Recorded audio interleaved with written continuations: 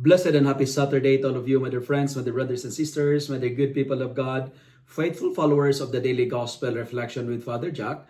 My dear kababayans, today is August 16, 2025, and today is Saturday within the 19th week in Ordinary Time, Year C. Today's Gospel is from the beautiful and the wonderful account of the Gospel of Matthew chapter 19, verses 13 to 15.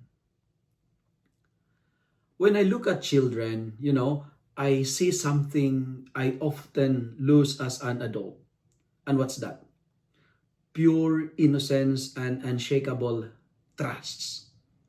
There's a lightness in their hearts that makes them quick to forgive and easy to love, unlike us adults. I can help but think of the times in my life when my heart became guarded, when experiences and disappointments slowly, chip away at that childlike purity of myself.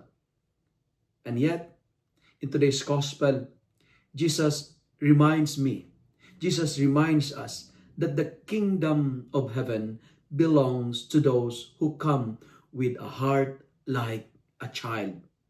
Not perfect, but open.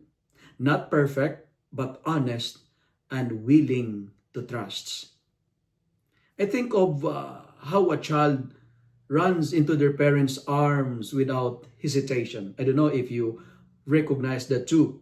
They don't need to analyze the situation or demand a kind of proof of love. They simply believe. They simply trust. And I realize there are moments when I struggle to trust God in the same way, because I hold on to my fears, I hold on to my doubts and skepticism, and I try to figure out every detail, and I sometimes forget that my Father in heaven has never failed me.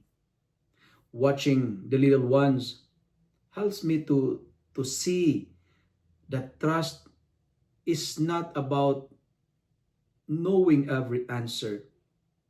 Trust is all about resting in the one who holds my life in his hands, and that is Jesus. And the more I reflect on this, the more I realize I need to let go of my pride and return to the simplicity of a child's heart. I want to live each day believing that God is for me.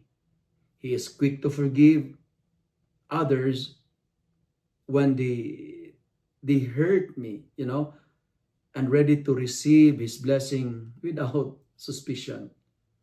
The innocence and trusts of the little ones are not signs of weaknesses, but they are the very strength that keep us close to God.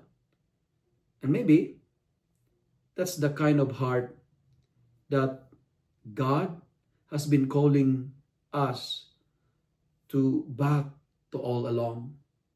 And you know what, my dear friends? Let me end my reflection by saying, sometimes we are like the disciples because we think children are disturbance in the church. They are noisy in the church. They disturb the celebration, the liturgy of the church. But you know what? Children are not disturbance. They are blessings. So, bring them to the church. Do not stop them. Let them come. If you love and like this reflection, kindly share it with your friends. Share it with your family. Make the Word of God viral so that many will be blessed. Amen.